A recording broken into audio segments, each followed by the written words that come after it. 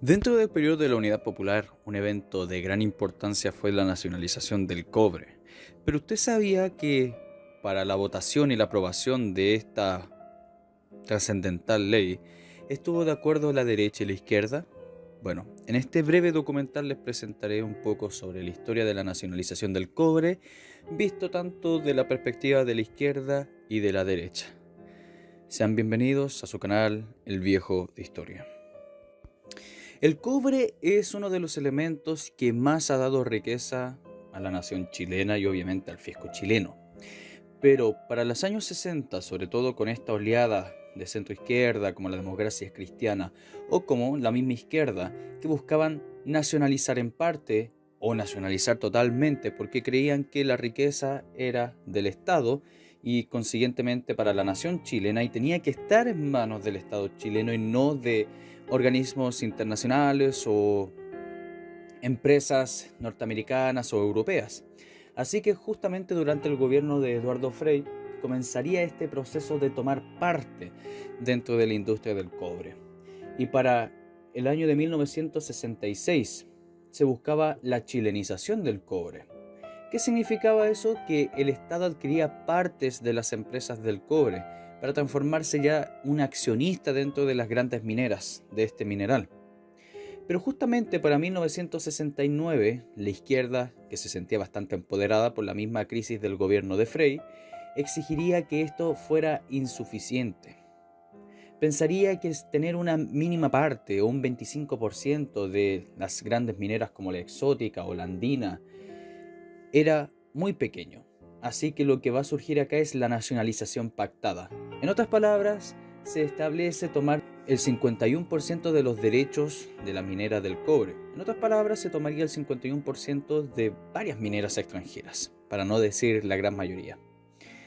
Pero para 1971 y uno de los programas del gobierno de la Unidad Popular es tomar las riquezas nacionales para el Estado y por eso el 11 de julio de 1971 se firmaría la ley 17.450 sobre la nacionalización del cobre en base de lo que había hecho Frei en el año 69. De esa forma se expulsan las mineras extranjeras y se tomaría para el Estado de Chile. Pero me gustaría mencionarles algunos de los discursos de Salvador Allende en base a la nacionalización del cobre. Cito: "Hoy es el día de la dignidad nacional y de la solidaridad. Es el día de la dignidad, porque Chile rompe con el pasado, se yergue con la fe del futuro y empieza el camino definitivo de su independencia económica que significa su plena independencia política. Por eso, nada más significativo el que haya escogido para hablarle a la patria como presidente de ella Rancagua, la Plaza de los Héroes. Aquí se sienten el ayer y el pasado, el heroísmo de los que lucharon y sacrificaron sus vidas para darnos sentido y contenido al pueblo. Aquí está presente la imagen de O'Higgins y aquí podemos decirle al padre de la patria que somos los legítimos herederos y que fue el pueblo el que ganó esta batalla de la independencia y la dignidad nacional. Es el día de la solidaridad, porque Chile ha sido castigado por la fuerza de la naturaleza. Hace poco temporales, lluvias implacables, el frío y el peso de la nieve golpearon las casas, las industrias y destruyeron parte de las instalaciones de los trabajos agrícolas. Y ahora hace pocas horas, minutos por decirlo así, tres provincias, Valparaíso, Aconcagua y en el departamento de Petorca, Coquimbo y Illapel, han sido sacudidas violentamente por un sismo que ha significado dolor, miseria y sufrimiento para cientos de miles de nuestros compatriotas. En ese día, que debía haber sido de plena alegría y a pesar de la congoja, viven en largas horas los hogares de miles y miles de chilenos, con 82 muertos, 182 lesionados, 80 menos graves y 185 leves, que son el reguero de pesar que deja el sismo. Sin embargo, hay algo más, y algo más que por cierto no puede compararse con las vidas de las personas y los hombres y las mujeres que podrán quedar inválidos y que tendrán muchos de ellos, aunque heridos no muy graves, largos días para poder reincorporarse a sus hogares y a la producción. Destaco lo extraordinario de este acto, como se ha reunido en el pueblo de Rancagua, como están aquí campesinos, empleados profesionales, técnicos, mujeres, jóvenes, como diviso desde la tribuna los cascos de los mineros que traen en la palabra de sus dirigentes, el compromiso ante la historia y a su conciencia de ser ejemplares trabajadores para hacer producir más al cobre y entregarlo al servicio de la patria. y por sobre profesiones, ideas, principios de doctrinas o creencias en el crisol de Chile, tesón del pueblo para gritar ¡Viva Chile, independiente y soberano! Compañeras y compañeros de la patria, quiero hacer un informe más que un discurso propiamente tal. Es indispensable que cada uno pese y recuerde, aprenda, para que pueda cumplir el compromiso y el desafío que estamos abocados.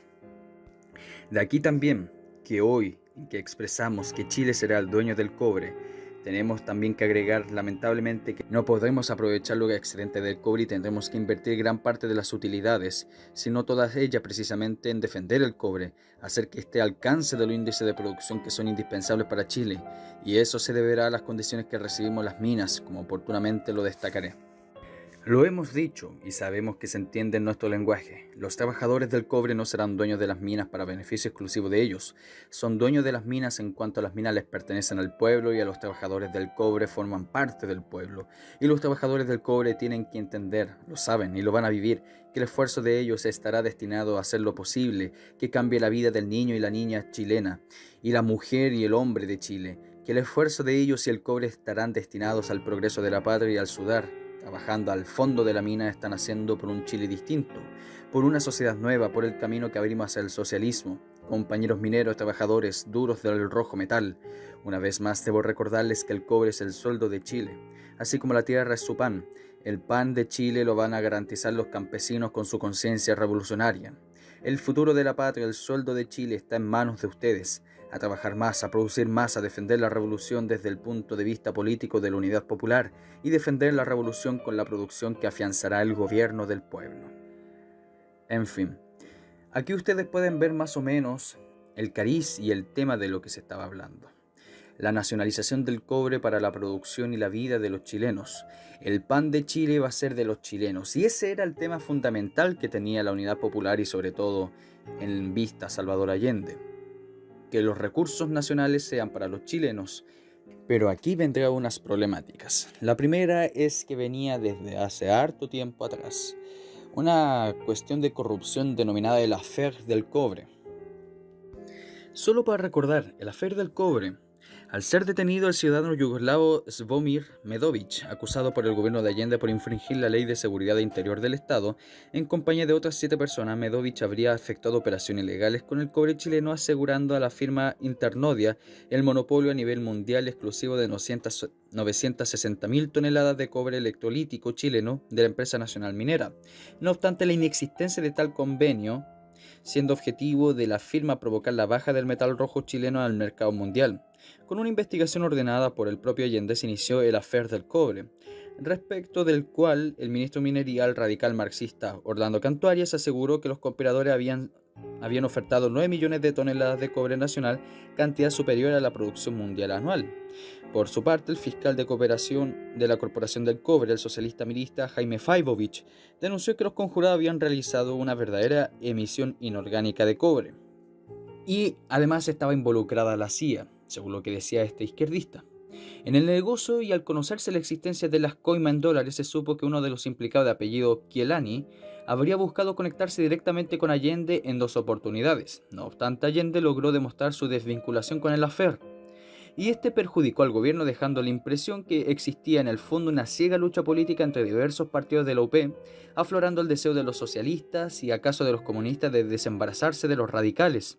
Este asunto dejó mal parado al gobierno, y debido precisamente a la renuencia del Ejecutivo en un orden de investigar un posible soborno con la misma energía empleada en perseguir la supuesta conjura internacional explotada por los comunistas.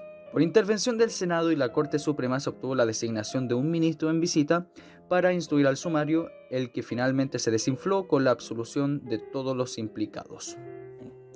Pero por otro lado, y esta sería la problemática más adelante que veremos en otros programas, es que a la hora de expropiar no se le pensaba pagar todo lo que se debía a las minas. En otras palabras, los empresarios mineros consideraban esto un robo, simplemente un robo de manos de esta gente de la Unidad Popular.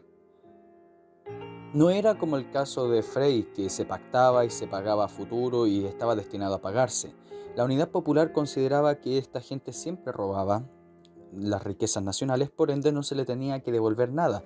Algunos eran más moderados y decían que tenían que devolverle ciertas utilidades, pero en fin, esa era la problemática que nos iba a traer profundos conflictos internacionales. E incluso basándonos en el texto Crónica del marxismo-leninismo en el gobierno de Chile, de Sergio Garham, un demócrata cristiano de la época, diría, y cito desde su página 35, pero los que llenan su boca de soluciones marxistas suelen a veces tener la cabeza vacía y a instancia de repetir consignas han olvidado el verdadero valor de los argumentos y las lecciones que da la experiencia.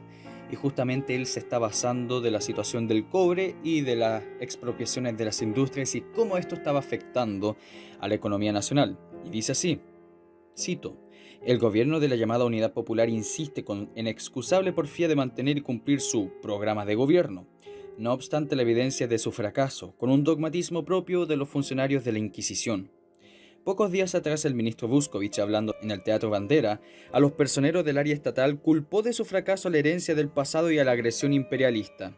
Todo porque el infalible programa del gobierno sostenía que lo que ha fracasado en Chile es un sistema que no corresponde a las necesidades de nuestro tiempo y que la única alternativa verdaderamente popular y por lo tanto la tarea fundamental que el gobierno del pueblo tiene ante sí es terminar con el dominio de los imperialistas y de los monopolios de la oligarquía terrateniente e iniciar la construcción del socialismo en Chile. Justamente veremos más adelante, en el año 72, que van a comenzar huelgas de las mineras. Claro, algunos dicen que no están asociados con la nacionalización, otros dicen que es el coletazo directo de esto. Pero lo veremos en un momento más adelante. Antes que nada tenemos que hablar un poco sobre la nacionalización. Como vimos, la idea de la nacionalización era algo bastante importante dentro del programa de la Unidad Popular contra Estados Unidos, que era principalmente bajo a propietarios privados, dueños de grandes porcentajes del cobre chileno. Y obviamente los socialistas luchaban contra los yanquis, los consideraban enemigos naturales, los consideraban parte del imperialismo, etcétera, etcétera. Pero lo que no cabe en la cabeza es de por qué la derecha votó también a favor de la nacionalización del cobre. Hay mucha gente que dice que fue por parte de un entreguismo, fue por parte de que la derecha no tenía convicciones, etcétera, etcétera. Y les voy a explicar las 3 razones principales de por qué la derecha votó también a favor de la nacionalización del cobre. Quiero que entiendan algo. En esta época habían varias derechas. Ese es un punto que quiero comentarles. Dentro del Partido Nacional habían 3 facciones, los nacionalistas, los conservadores y los liberales. Pero ustedes dirán, pero también ellos votaron por la nacionalización del cobre. ¿Votaron por un proyecto de la UP? Sí. Pero no porque estuvieran del lado de la UP, sino fueron por otras motivaciones. Número 1, se votó por la nacionalización del cobre porque dentro de los ideales nacionalistas también está el propósito de adquirir las riquezas nacionales para la nación chilena y era importante ya adquirirlo. Entonces encontraron que el proyecto de la UP era bastante útil para esos fines que tenía esa parte de la derecha, que las riquezas nacionales fueran de la nación chilena y no fueran extraídas por organismos extranjeros. El punto número 2 era lo que también menciona el historiador y político de la época, don Hermógenes Pérez de Arce, que justamente mucha parte de la derecha, sobre todo la derecha terrateniente, latifundista y la democracia cristiana que también poseía tierras, votó también a favor de esto por una especie de venganza nacida por la reforma agraria. Porque la reforma agraria que impulsó Alessandri fue totalmente distinta a la que impulsó Frei y Allende. Alessandri, recuerden que pagaba y dividía esas tierras para los campesinos. En cambio, Frei y Allende expropiaba y no les devolvía nada, o prácticamente nada, o con pagarés a futuro que ustedes saben que no valían nada. Así que buena parte de la derecha también votó eso en contra de los norteamericanos porque fueron los que iniciaron la destrucción del campo chileno, por buenas razones o por malas razones. Y en tercer lugar, también consideraban que tener la riqueza nacional en bajo del poder de los chilenos era sumamente importante para el enriquecimiento nacional. No era solamente una visión táctica como la tenían los nacionalistas, sino también una visión económica. Incluso también había una cuarta opción que ya eso es a su libre interpretación, que lo decían simplemente porque era lo mejor que podían hacer en esa época, porque ya los norteamericanos estaban bastante atacados por parte de la Unidad Popular y buscaban conciliar con la Unidad Popular. Eso sería más presente en la democracia cristiana. Bastante revuelta la situación del cobre.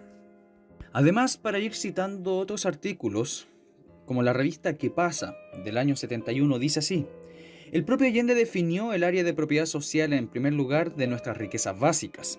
El proyecto de reforma constitucional para la nacionalizar el cobre despachado por la Cámara en un segundo trámite, pero que empiezan con problemas prácticos. La comisión especial de la misma Cámara que investiga la producción y venta del cobre conoce denuncias de baja de producción. Su causa, sabotaje que harían las mismas empresas. Desde septiembre, o sea, desde el triunfo del UP, los supervisores, grupos de empleados medio de grandes yacimientos empezaron a abandonar el país por falta de tranquilidad profesional. El mercado de trabajo extranjero y lo absorbía sin problema. En otras palabras, la UP acusaba a las que trabajaban en las mineras cuando estaban dominadas por los norteamericanos de sabotaje. La realidad es que esos mismos empleados se iban por el acoso constante de elementos izquierdistas a ellos mismos. De estos profesionales podría obligar al gobierno a tomar medidas que no desea, pero las aplicará.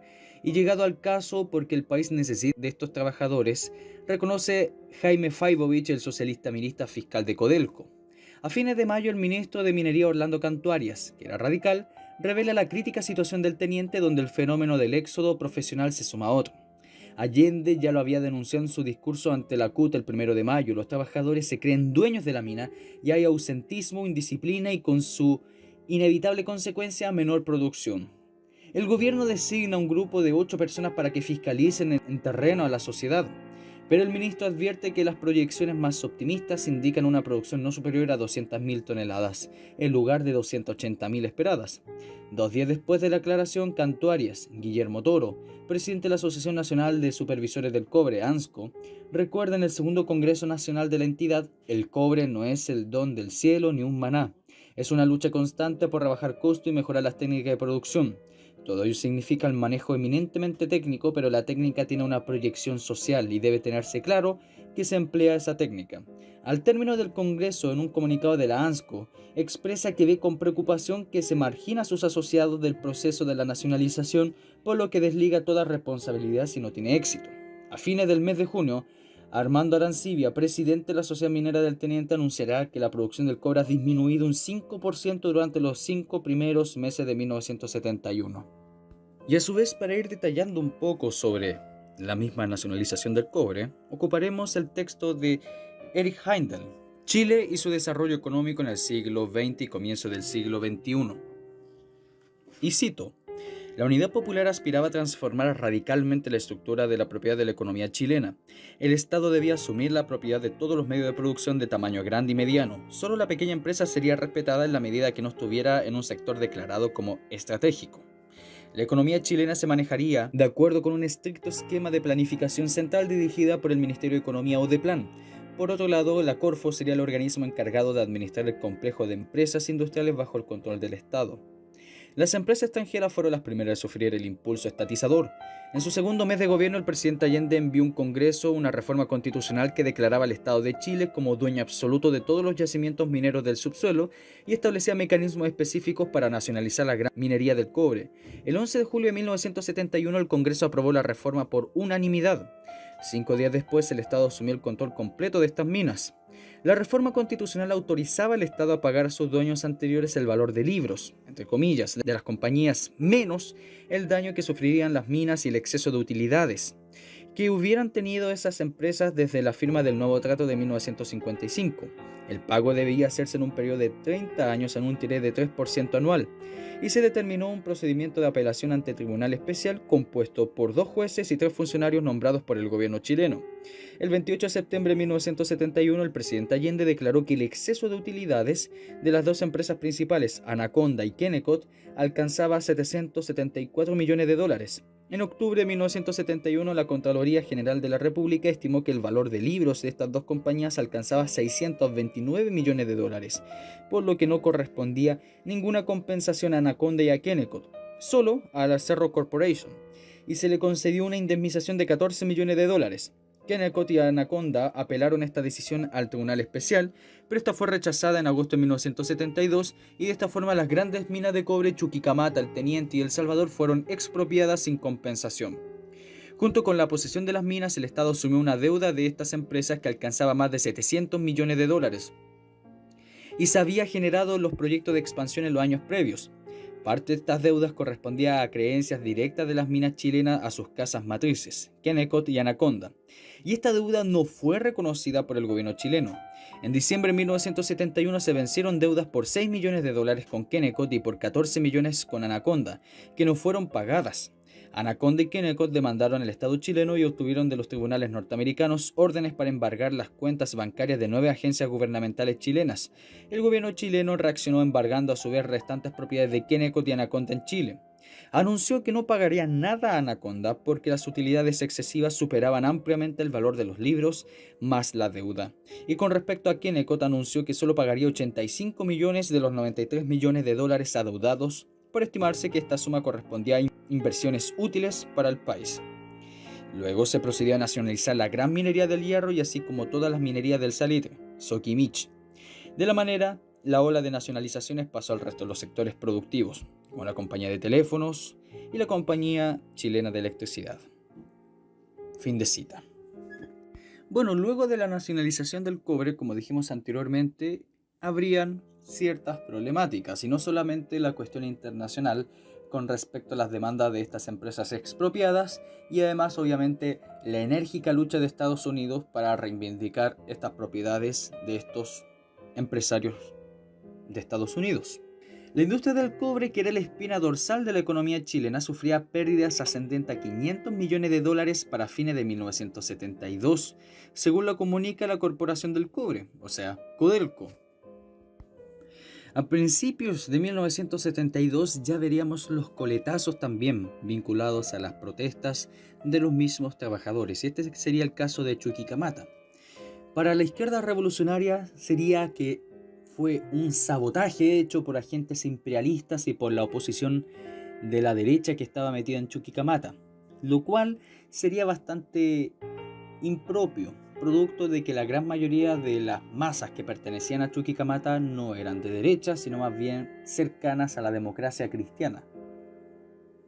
Pero en otra parte tenemos que comentar qué es lo que pasó y por qué esto está cercano a los coletazos de la nacionalización del cobre.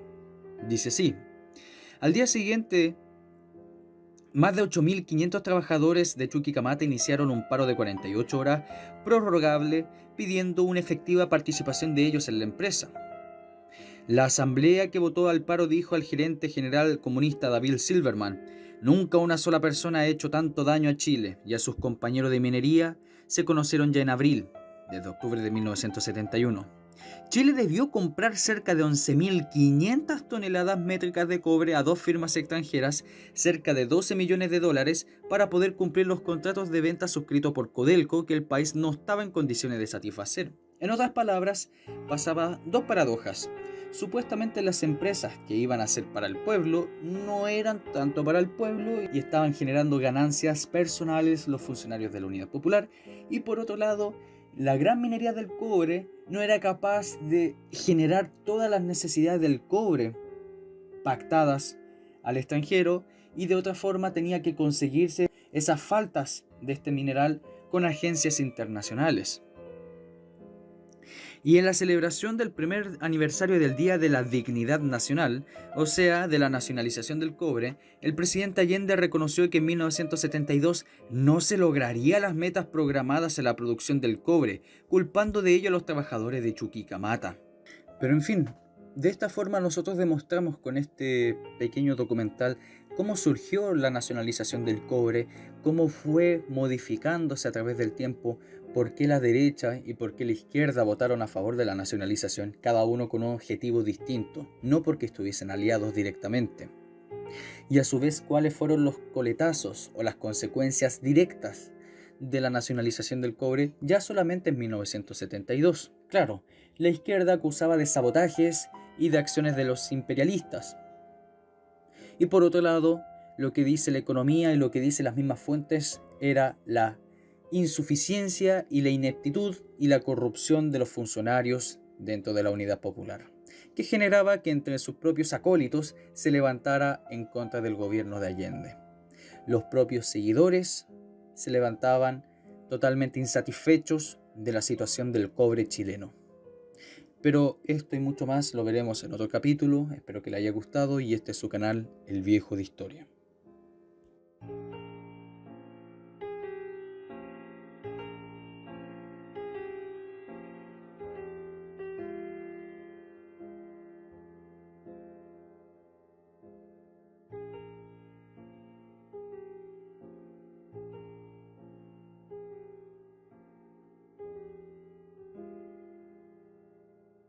Doctor Salvador Allende Gossens.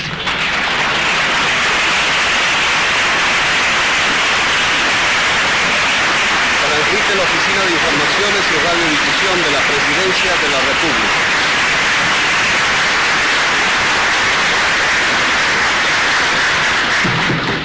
Nos encontramos en el gran comedor del Palacio de la Moneda, donde el presidente de la República, doctor Salvador Allende Gossens, ha de proceder en unos minutos más a firmar el decreto de promulgación de la reforma constitucional que permite la nacionalización del cobre.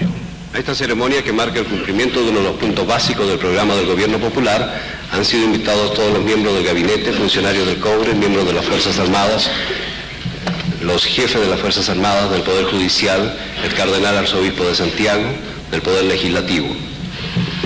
El día 11 de julio recién pasado, el Congreso Nacional ratificó su aprobación a un proyecto de ley enviado por el Ejecutivo que reformaba la Constitución y que introducía el término nacionalización dentro de los conceptos de la Carta Fundamental. El término nacionalización es una forma de reiteración de la soberanía que tienen los pueblos sobre sus riquezas básicas y es un concepto contenido en la Carta Fundamental de las Naciones Unidas y en documentos oficiales de la Iglesia. Mediante esta modificación de la Constitución, el Estado chileno adquiere los instrumentos legales que le permiten ejercer propiedad sobre los yacimientos de cobre existentes en el territorio y que se encontraban bajo control de capitales extranjeros. Con la firma del decreto de promulgación de la Ley de Reforma Constitucional por parte del presidente Allende, esta queda lista para su publicación en el Diario Oficial y para su puesta en vigencia. Habla el presidente de la República, doctor Salvador Allende. Señoras, señores, este acto tiene una extraordinaria trascendencia y podría decir que es quizás el más importante después de nuestra independencia en cuanto él significa una modificación a la Constitución política que acentúa y da fuerza al sentido nacional de nuestra patria. Es por eso que he deseado y agradezco la presencia en este recinto de los representantes de los poderes del Estado, del señor presidente del Senado y de la Cámara, del señor presidente de la Corte Suprema, del cardenal de la Iglesia chilena, el señor Raúl Silva Enríquez, del Contralor General de la República, el señor Héctor Humérez, y de los compañeros Víctor Díaz, presidente de la Confederación de Trabajadores, y del compañero Héctor Olivares, presidente de la Confederación de Trabajadores del Cobre. Además, están aquí los representantes y los jefes de las Fuerzas Armadas, de Carabineros, el Ministerio, altos funcionarios de Administración Pública y también dirigentes sindicales de las faenas cupríferas. En este acto se firma el decreto promulgatorio de la reforma constitucional aprobada por unanimidad por el Congreso Pleno el 11 de julio. Esta reforma constitucional permite nacionalizar las empresas mineras de la gran minería del cobre y además preservar para el Estado las riquezas básicas de nuestro país. Esta reforma satisface un amplio anhelo del pueblo de Chile. Más allá de las fronteras que dividen a veces apasionadamente a los hombres, una gran conciencia nacional se ha hecho presente para hacer posible que Chile, con esta reforma, empiece a caminar hacia su definitiva independencia económica. Si este hecho, cuyas proyecciones son históricas, ha sido posible porque se han congregado voluntades nacionales inspiradas esencialmente en el interés del país, indiscutiblemente también será necesaria esta voluntad nacional para que podamos nosotros hacer de esta riqueza que será manejada por los chilenos la palanca de nuestro progreso, de nuestro bienestar. De allí que en este minuto reitero de tan alta significación comprenda que la historia me ha deparado un honor inmerecido y al promulgar este decreto reitere mi fe en el pueblo de Chile, gran actor de esto que nadie puede dudar es la victoria de la patria.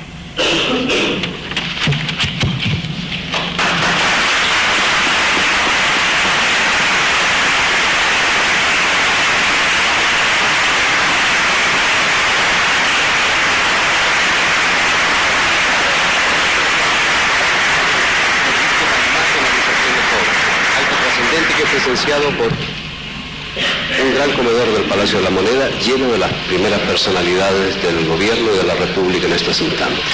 Agradecería que este decreto fuera firmado por todos los ministros.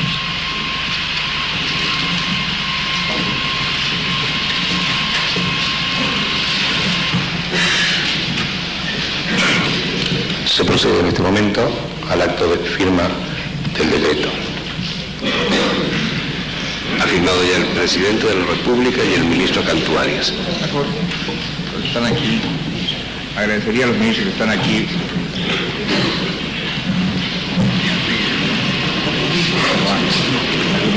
El ministro de Relaciones Exteriores, compañero Almeida. Le sigue Alejandro Río Valdivia, ministro de Defensa Nacional.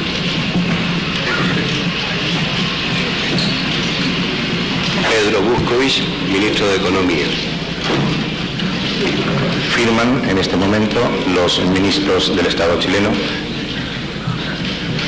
Ahora lo hace el ministro José Ollarse, compañero José Ollarse, ministro del Trabajo. Ministro de Obras Públicas, compañero Pascual Barraza.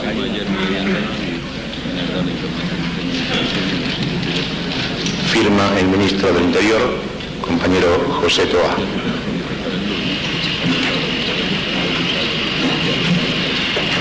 Es este un programa especial de la Oficina de Informaciones y Radiodifusión de la Presidencia de la República, directamente desde el gran comedor del Palacio de la Moneda. Estampa su firma en este momento el ministro de Agricultura, Jacques Jean-Jean.